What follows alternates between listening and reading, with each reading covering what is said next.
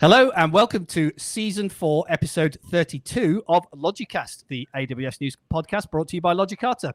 I'm Carl Robinson, CEO and co-founder of Logicata, and I'm joined today, as always, by the very hot and melting John Goodall, lead cloud engineer at Logicata. How are you doing today, John?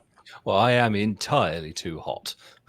Yeah, I was talking about your temperature. I wasn't obviously, coming on to you at any point or flirting with you. It's not hot in that way. It's just it is rather warm in this country today. So yeah. But no, I'm melting. I'm melting. But you have air conditioning, so is it not working effectively? Well, I have one little portable air conditioner that's currently not in this room. It's in the other room for the kids when they get home in sort of an hour, so that they don't come home and go, it's too hot. So yeah. I was about to criticize you for hogging the one and only air conditioner because I know it was in your office earlier on, but I can see that it's now disappeared. But anyway, we're not here to talk about the temperature and humidity in the UK. We are here to talk about AWS news, and we're joined by a special guest today, Uriel Biton. How are you doing today, Uriel? Hey, I'm good. Very good. Thank you. Excellent. And you are a fellow AWS community builder. Tell us a little bit about yourself, Uriel, where you're based, what you do for a living, what you do for the AWS community, etc. Yeah, so I'm based in Montreal, Canada. I recently joined an AWS community builder. I'm an expert in DynamoDB. I provide services for my clients, mostly in DynamoDB and serverless. So I work a lot with, I would say mostly just serverless, Lambda, all the good Lambda, SQS, API Gateway, DynamoDB. That's basically my architecture for the work I do with my clients. Cool. And a lot of data modeling for databases. So when I have clients moving to DynamoDB or greenfield projects or improving their data model, I work a lot with data modeling on DynamoDB. Awesome. So are you a community builder in the serverless category? No, I actually joined in the data category. Okay, cool. Yeah. I don't think we've had a data community builder on for a while, John, from memory. Have we ever had a data community builder? I'm trying to think now. I don't know. Renato's a data hero, so that's probably as close as we're going to get, I think. I don't know if we've had any data heroes, because we've lent really hard, quite accidentally, into serverless, but whatever. Yeah, well, maybe, Uriel, you are our first data community builder. I have to check our statistics, our records to find out, but you could well be. So thank you very much for joining us, Uriel. I'm looking forward to hearing your insights today. So as regular listeners to the podcast will know, once a week I curate a list of AWS news, which I share via my weekly AWS News Roundup newsletter. Then John picks a selection of articles that we'd like to discuss with our guests. So we have, of course, shared such a selection of articles with Uriel over the weekend. And the first of those articles is a feature announcement all about Amazon CloudWatch, which has introduced organization-wide VPC flow logs enablement. So, John, fan of CloudWatch, what was it that piqued your interest about this particular article? That I was surprised this didn't already exist. As is often the case with new AWS feature announcements. Why is this new? Yeah, exactly. So I haven't done this for a little while, so we'll do some definitions for folk that might not be familiar with all of these things, and then we'll kind of go from there. So CloudWatch used to just be this kind of, here's your metrics and here's some logs, and you can kind of go and get stuff from there, from like your lambdas and whatever. Cool. And then it's gone bigger and bigger and wider and wider. And now there's all sorts of things like org-wide telemetry and insights and so on and so on and so on. Wonderful. We like things getting bigger because generally best practice is to do things at the org level rather than per account, if you can help it, and do things like delegated administrators and all that kind of jazz. Brilliant. VPC flow logs are a bit of a different beast because they live per VPC, and it's network traffic logs. Yeah, it's really quite dull, but it's quite important if you need that.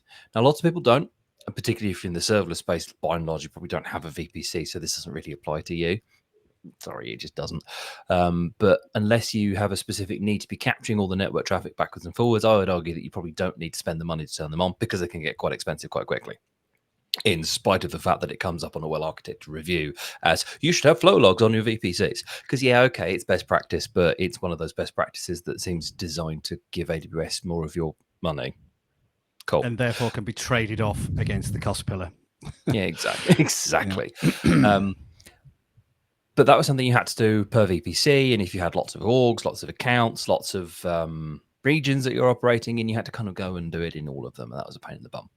Now you can just do that in one place. Great, love it.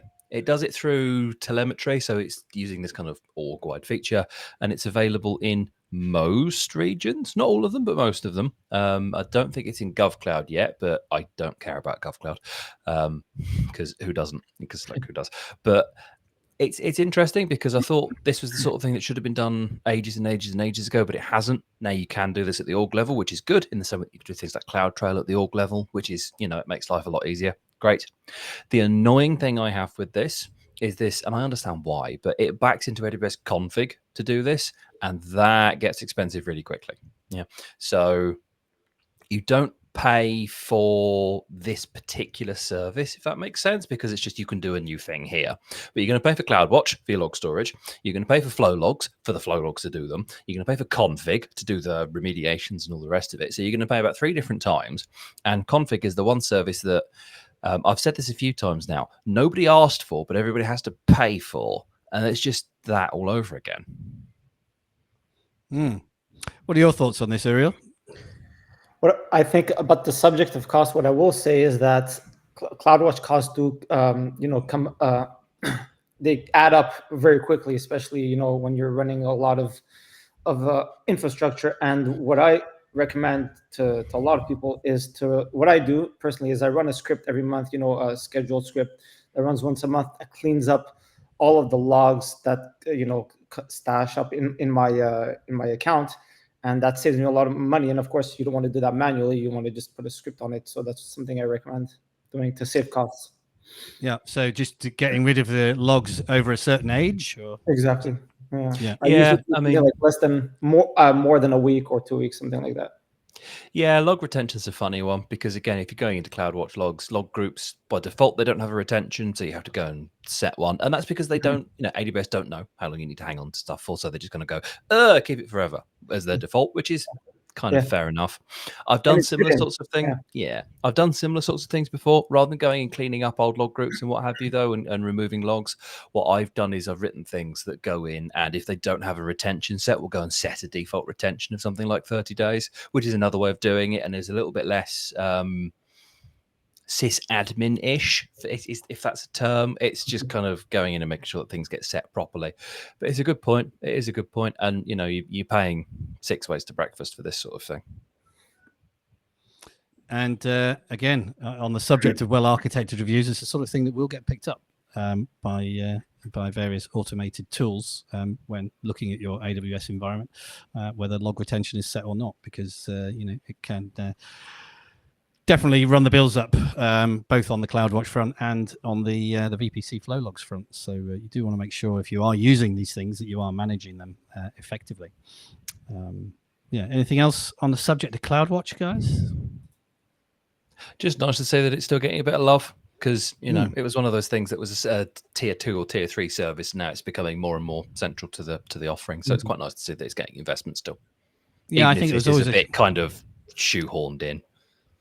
But I think CloudWatch was always a kind of a poor relation to a lot of the third-party vendor tools that people were using. But I think over the years, the functionality has just kind of grown and grown to the point where it is now really becoming a much more viable alternative to some of the third-party tools. If you're all in on AWS, then it's great to be able to use as much AWS native services as possible. And it certainly does a lot more than it did 5 years ago when we were looking at it. So. Cool. Well, on that note, let's move along to our second article for this week.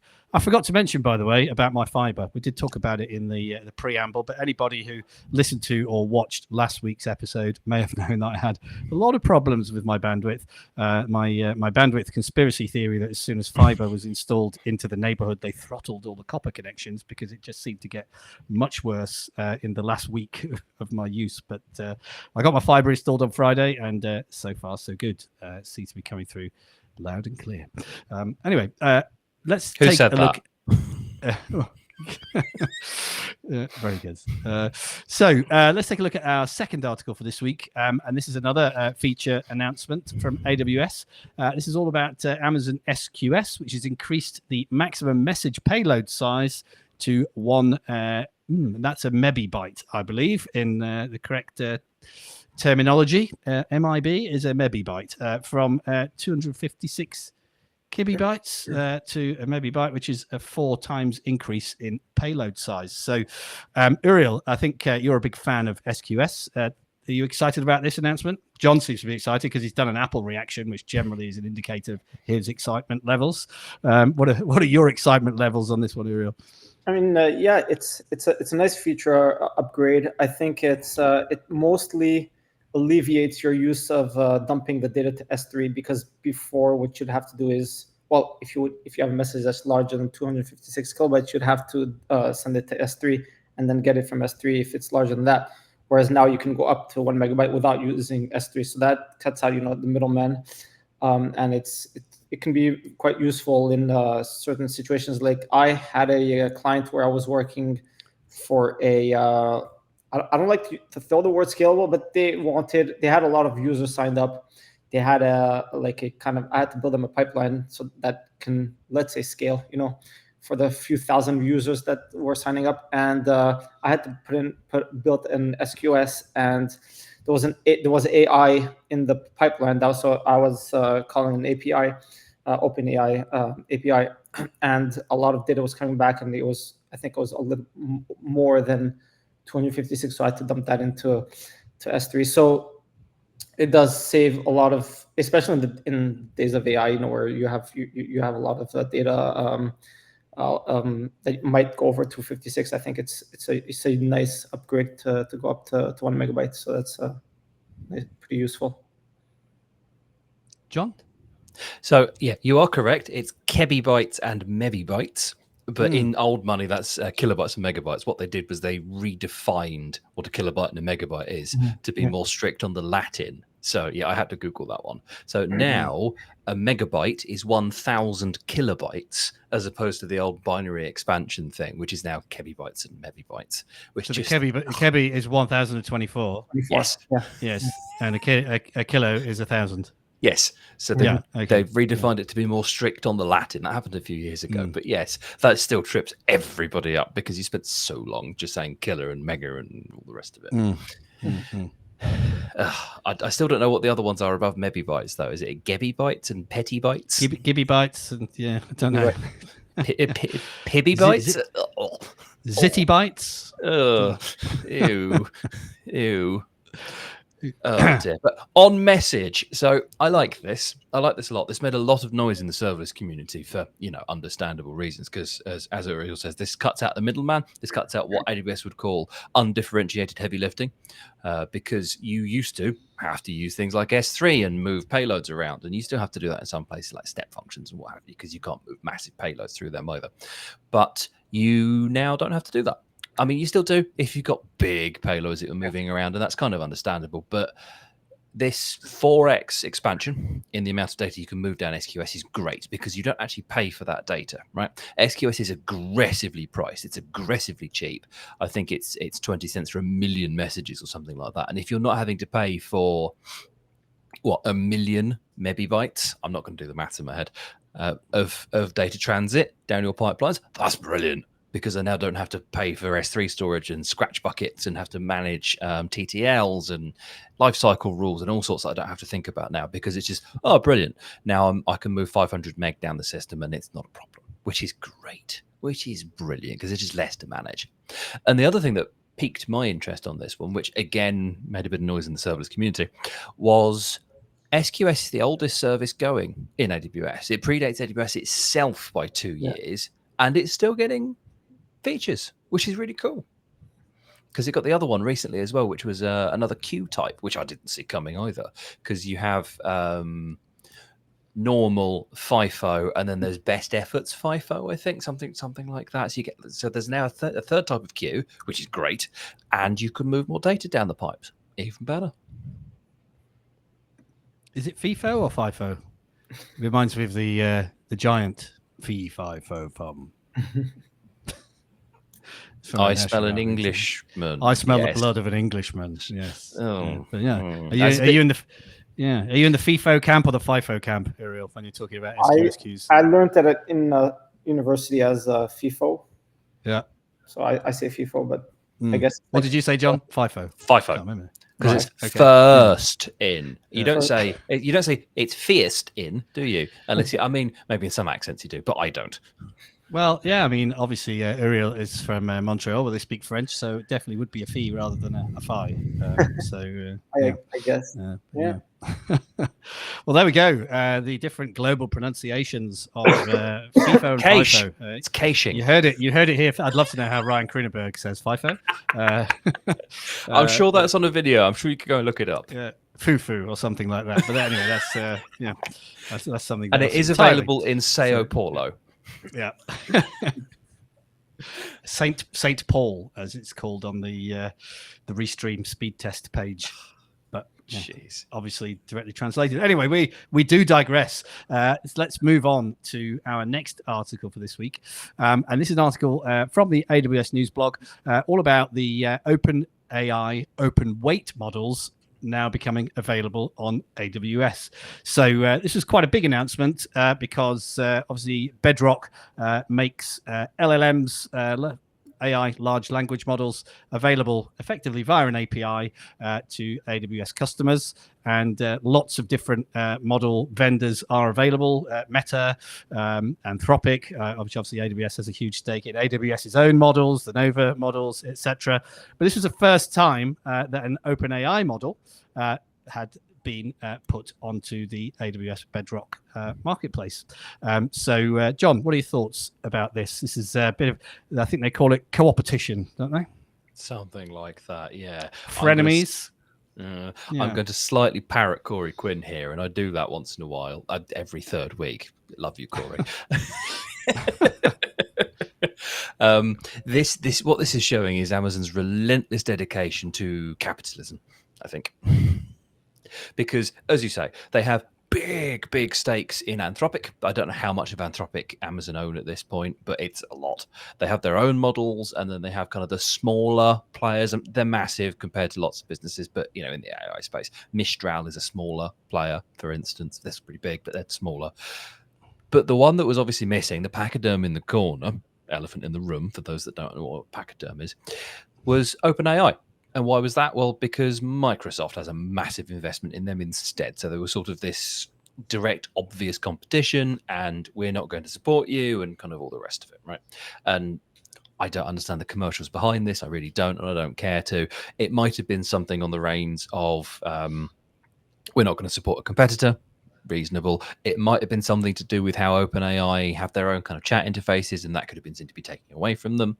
Potentially, don't know. And it might have simply been that the way that Bedrock puts these models out to be consumed is somewhat different to how you'd expect, because you don't actually ever interact with the model vendor when you use a model through Bedrock. They've copied the whole bleeding thing into a Bedrock service team controlled environment, and then you're interacting with that. So your data's never leaving your account, and nothing's ever leaving AWS backbone, for lack of a better term, which people may or may not understand, and maybe OpenAI didn't like that idea either. But somehow, some sort of deal's being put together where you can get some of the open weight models, which are open source-ish, I guess, on Bedrock, which is cool. So if you want to look at some GPT models on Bedrock, and not being funny, they are really, really good. You can do that now. And again, with things like the article uses the OpenAI Python SDK through Bedrock, fine, fair enough. I assume if it's not already there, it'll eventually come to the Converse API, and again, you can just kind of use the same API to hit it. Brilliant. Uriel, you mentioned earlier on in relation to a previous article that you've written a pipeline that was calling OpenAI API. Can you see yourself potentially looking at this as a way to call those models in the future as an alternative way of doing it? I know you mentioned you haven't had a lot of experience with Bedrock, but now that the models are in there, could you see, is this something that you might consider? Well, I imagine if it's integrated now and they make it easier than it is to call the API, I would definitely go through it. Of course, up until now, since it didn't exist, I'm more of a ChatGPT guy than Anthropic, I would say. So I haven't had the chance to use them on AWS, but that's definitely something interesting if it's now available. So yeah. This ties back in again to there isn't now, and there probably won't ever be one model to rule them all, because they're all trained on different data, they're for different purposes, they're refined differently, and yada yada yada. But every buzzword in I can remember. So it's in Amazon's best interest to, I guess, make as many models as possible, regardless of who they're from, available to you, because that way they can take your money. Yeah, of course. Absolutely. Yeah, do you see it working the other way around? Because I know Azure, I should have looked it up. I know they do have an equivalent service to Bedrock. I forget the name of it off the top of my head. But you think that's because no one's talking about it. Who cares? Well, I'm sure Microsoft are talking about it, but yeah. I do know the name. I just can't off the top of my head, and I don't want to risk Googling it right now because I might break my stream. But they have their equivalent LLM marketplace. Can you see Amazon models being made available through that at some point? Nova through Azure? That's an interesting question, given that they are particularly regularly trading blows with each other over, the Jedi contract from several years ago and kind of all the rest of it. More likely, I don't know if it's there or not, I would not be surprised if Claude models, Anthropic models, are available through there, because this isn't, I don't know if Microsoft have their own models, is the thing. I'd be incredibly surprised that if they do, Amazon eventually host them. That would surprise me very much. But this is not quite that. This is OpenAI are in bed with Microsoft in a big way, in the same way that Anthropic are in bed with Amazon. But I would be, I wouldn't be surprised if Anthropic models were available through Azure's platform. So I think it's just a matter of time. Usually, like eventually, they'll all be available through each other. It's the way of things. Yeah, it'll be interesting to see how long that takes. By in bed with, John, I assume you mean taking money from. So. Yes, yes, we have an international audience, and I'm very, very guilty of using lots of British idioms, and I'm terribly not sorry about that.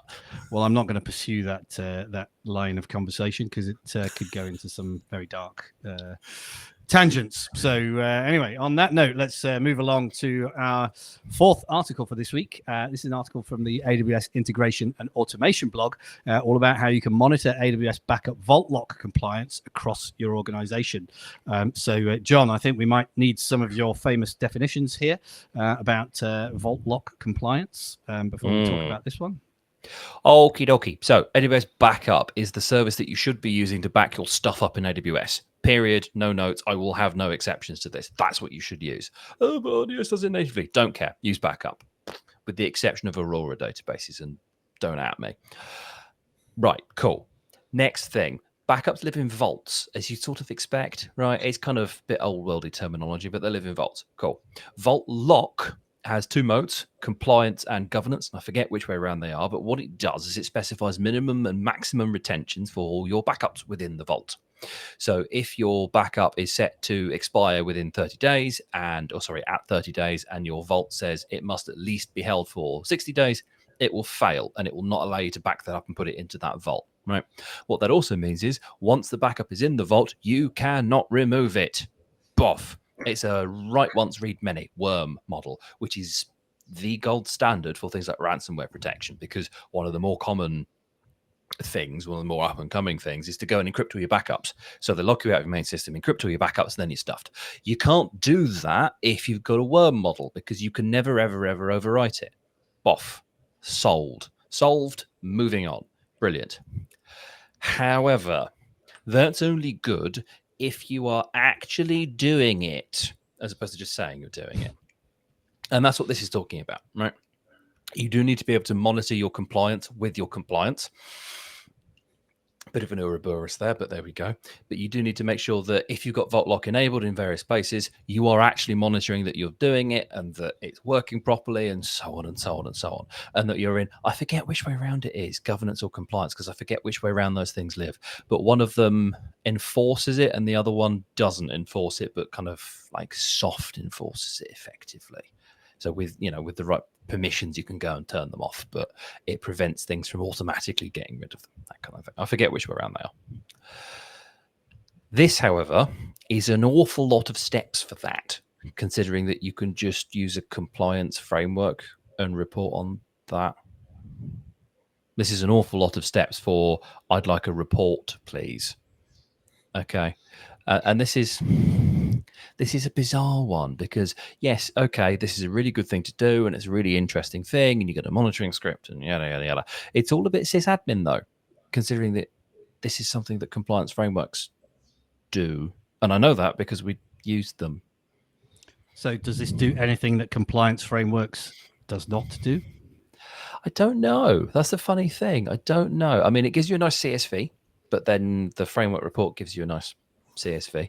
It's probably easier to just slap this in if you just need to go and have a look, because compliance frameworks and framework reports are fiddly. They're very fiddly to get to work, right? So maybe that's it. I don't know. This feels like this was done by some well-meaning people that had a blog quota to meet or something and thought, oh, that's interesting. I'll go and write that. But as opposed to, this is great, these are brilliant, this is a thing that should exist. Unless I'm wrong, and it's been known to happen, but I don't think I am, this is a blog for something that already exists. Different way of doing something that already exists. Would it be cheaper, maybe? Is it more cost effective? Yeah, maybe, because Config, the service that nobody wants, drives the framework compliance packs and the reports. So you do pay for it that way, and I guess you don't pay for this. So maybe that's it. Could be that. What are your thoughts, Uriel? I know you use. Well, I was going to say I know you're using AWS Backup. We talked about you using DynamoDB a lot. Are you using AWS Backup for that? Yeah, so it's integrated DynamoDB. When you back up your tables and your data, it uses AWS Backup. So I don't think DynamoDB has its own like integrated backup. It redirects you to the AWS Backup, but DynamoDB does automate backups. You have point-in-time recovery or on-demand backups, and you can. It's just a one-click button, and you could set and forget, and all your data is backed up. So that's really nice. But then to manage these backups, you'd have to go to AWS Backup. So I work with that regularly. Like John said, if you're not using backups, you shouldn't be using the cloud. Everything has to be backed up. Everything. Not just for compliance reasons, like we're discussing now, but even for your own sake. Like I recommend point-in-time recovery when I work with DynamoDB, so that you can always back up to any point in time. But everything should be backed up, from S3 to basically all the data. So that's a very important service to be familiar with.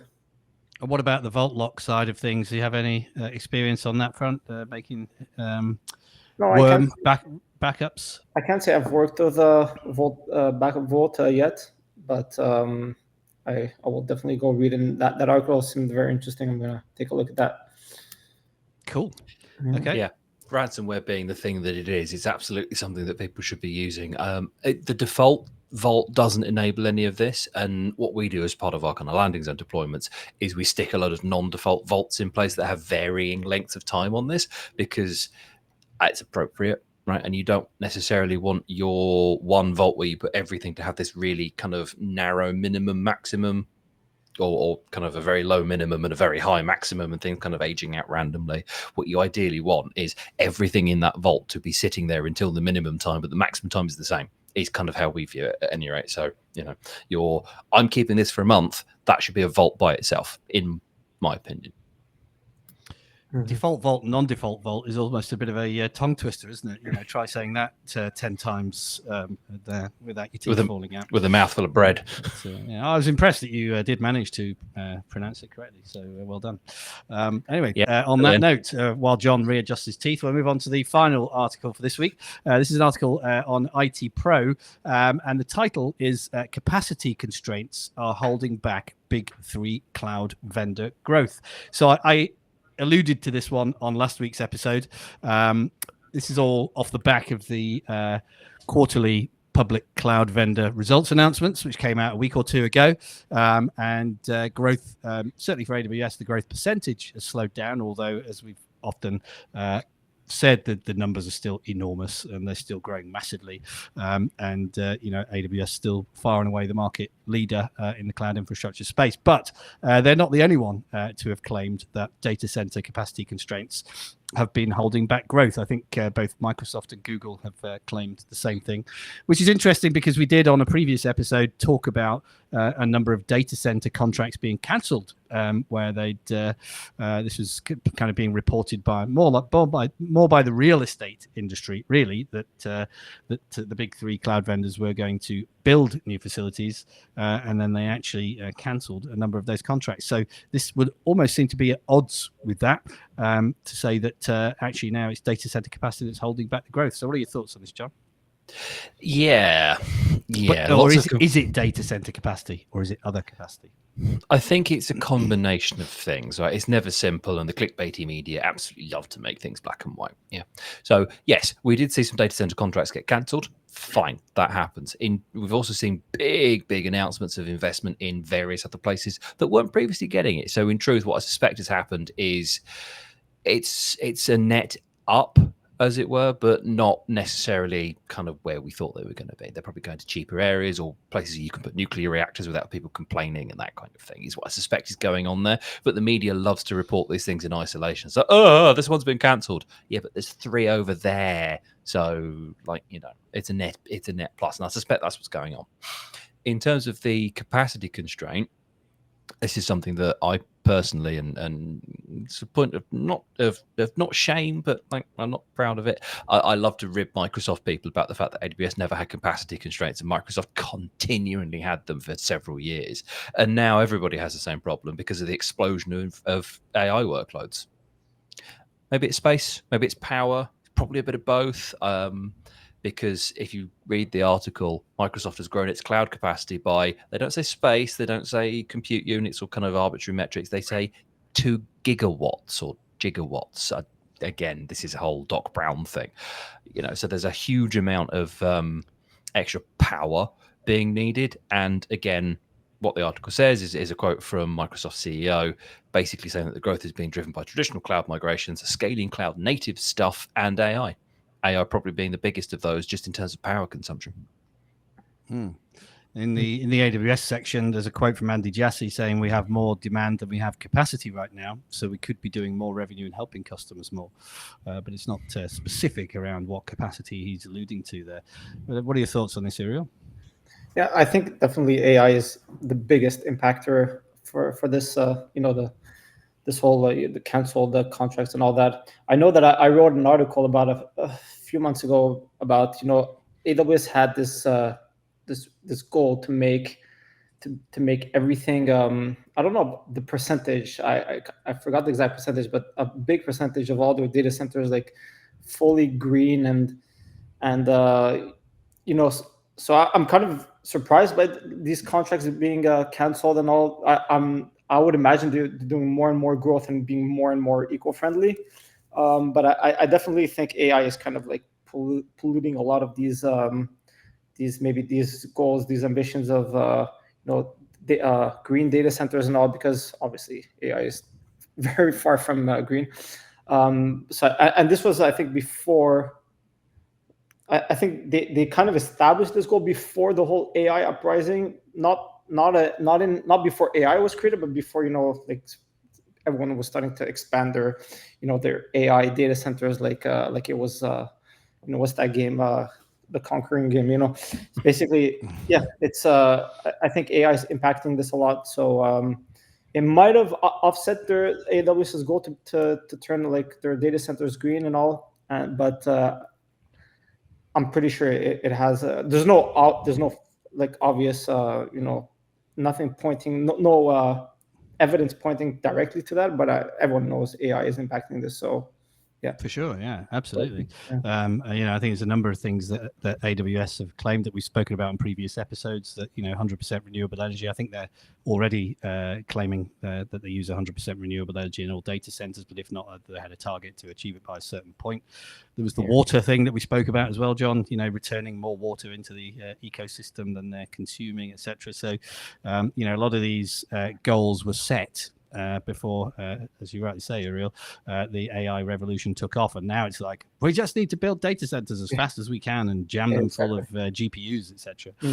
And that could well be one of the capacity strengths that these guys are experiencing as well, just the ability to manufacture GPUs quickly enough, but also to power them and to cool them, of course, which is all part of the engineering challenges of getting us all to use more AI, which every man and his dog now seems to want to do. So so it'd be interesting to see how this progresses and what the comments are after future quarterly results announcements, to see whether the capacity constraints have been alleviated or if they're still holding things back. But on that note, we have reached the end of our time for this week's episode, season 4, episode 32 of Logicast.